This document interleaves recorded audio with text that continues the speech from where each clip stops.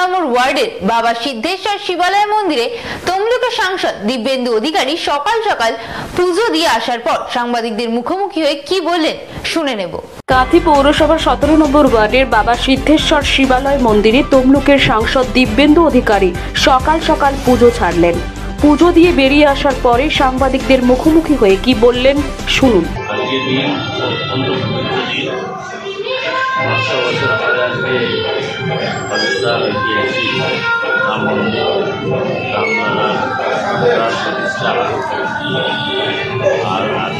সোমবার কারণে শীতকে আরো প্রয়োজন করেছে যারা আমার মহিলা তারা শরীর কাছে প্রার্থনার আগে আমরা চাইব খুব শান্তি সমৃদ্ধি দেশ আরও এগিয়ে যাক। প্রভু শ্রীরামচন্দ্রের আশীর্বাদ বর্ষিত দেশে হানাহানি সব বন্ধ হোক। আজকের দিনটাকে সকলে যেন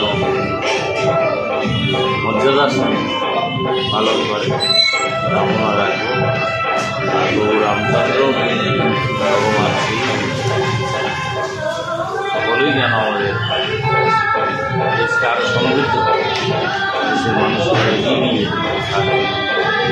এর মধ্যে আমরা চাঁদে গেছি, সূর্যের দিকে এগোচ্ছি,